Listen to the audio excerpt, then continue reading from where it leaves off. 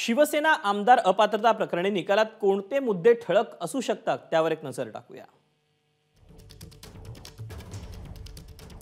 एकूण 34 याचिकांचं 6 गटात विभाजन करून निकाल वाचला जाईल।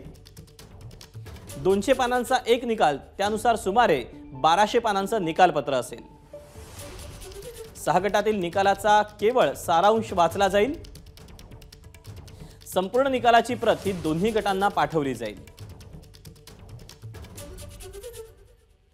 दरम्यान आमदार अपात्रता केसमध्ये ढोबळमानाने 4 शक्यता आहेत। काय आहेत या शक्यता आपण जाणून घेऊया ग्राफिक्सच्या माध्यमातून। शक्यता क्रमांक 1, मुख्यमंत्री शिंदेंचं 40 आमदार अपात्र ठरू शकतात।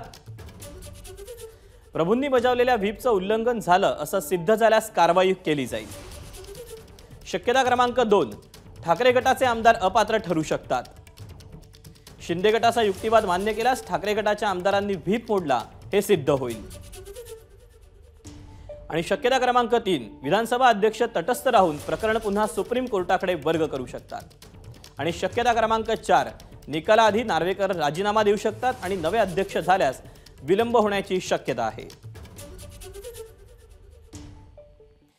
आमदार अपात्रता निकालाचे परिणाम काय होऊ शकतात आपण त्यावर देखील एक नजर टाकूया। पक्षांतर बंदी कायद्याची नेमकी व्याख्या स्पष्ट होईल। अपात्रता प्रकरणात सर्वोच्च न्यायालयाच्या मर्यादा स्पष्ट होतील। अध्यक्षांची कार्यकक्षा आणि अधिकार स्पष्ट होतील। राजकीय पक्ष आणि विधिमंडळ पक्ष यांच्या कार्यकक्षा स्पष्ट होतील।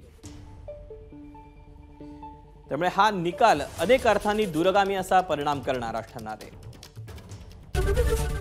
एबीपी माझा, उघडा डोळे बघा नीट।